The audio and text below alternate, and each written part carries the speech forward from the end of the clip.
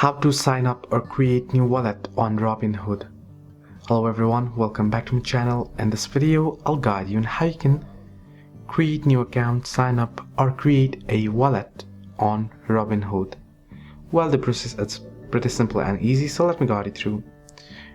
What you can do is simply go ahead and open up your Robinhood wallet. First you can get it on your Play Store. If you don't have the wallet, install it and tap on it and go ahead and open it up. Now here you can see let's set up your wallet. You can either create a new wallet or import your existing wallet or recover your wallet if you have previously saved it on Google Drive. Now here, in order to create a new wallet, tap on create a new wallet. Now you can add a layer of security. I'll tap on use biometrics, as it'll be easier to log in. And now you can back it up your wallet. Make sure to back it up either to Google Drive or back it up manually. I'll just skip it up for now and I'll turn up the notifications as well. Now I have created the wallet already here, as you can see on the screen, but make sure that you back up your security code, as you'll need it to recover or log in back to your account or log into your account on any other device as well.